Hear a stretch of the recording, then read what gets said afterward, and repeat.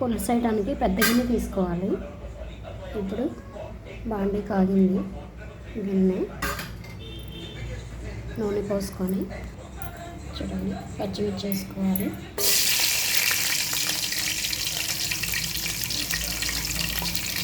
పచ్చిమిర్చి నూనెలో వేసుకుంటే కారం ఉంటుంది.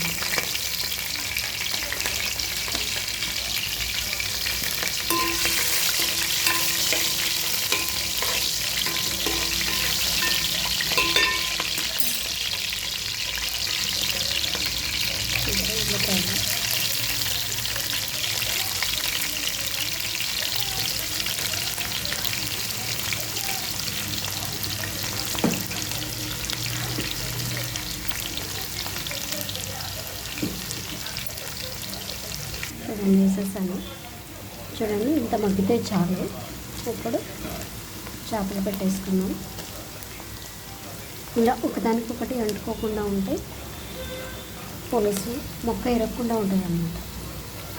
చేపలు ఉడికిపోతాయి కదా, అందుకే ఇలా పేర్చుకోవాలి.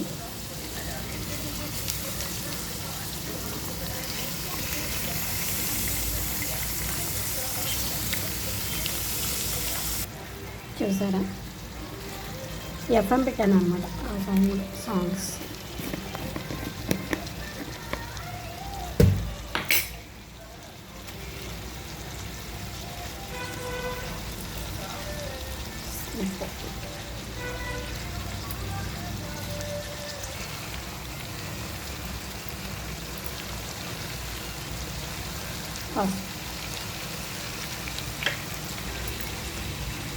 అల్లం వెల్లుల్లిపాయ పేస్ట్ అన్నమాట.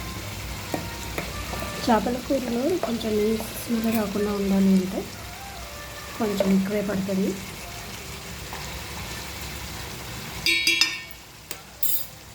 ఇప్పుడు కారం,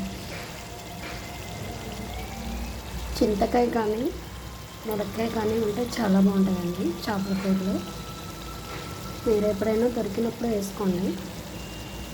కారం వేసాను, 2 స్పూన్లు వేసాను, ఎందుకంటే పచ్చిమిర్చి ఎక్కువ వేసాను కాబట్టి.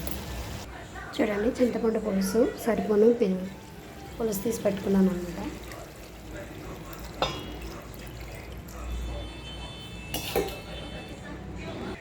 చూసారా, కొంచెం పులుసు పోసాక కొంచెం వాటర్ పోసుకోండి.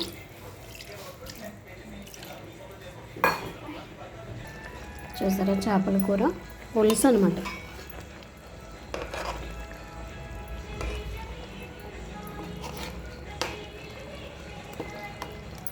చేపల కూర చల్లారితేనే బాగుంటుందండి, అందుకే కొంచెం తొందరగా చేసి పెట్టుకోవాలి. నైట్ చేస్తే ఇంకా చాలా బాగుంటుంది, తెల్లారికి బాగుంటుంది అసలు. కాకపోతే కొంచెం చల్లారితే ఇంకా బాగుంటుంది అన్నమాట.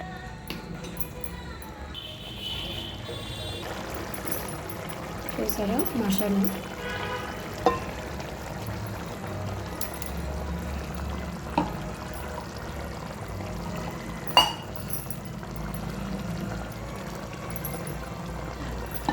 ఈ మసాలా వేస్తే చేపల కూర చాలా టేస్ట్గా ఉంటుంది.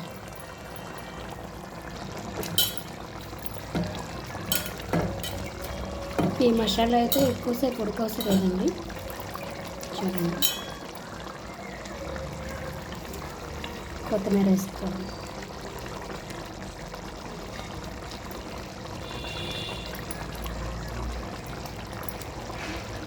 చూసారా కలర్ఫుల్గా ఎంత బాగుందో.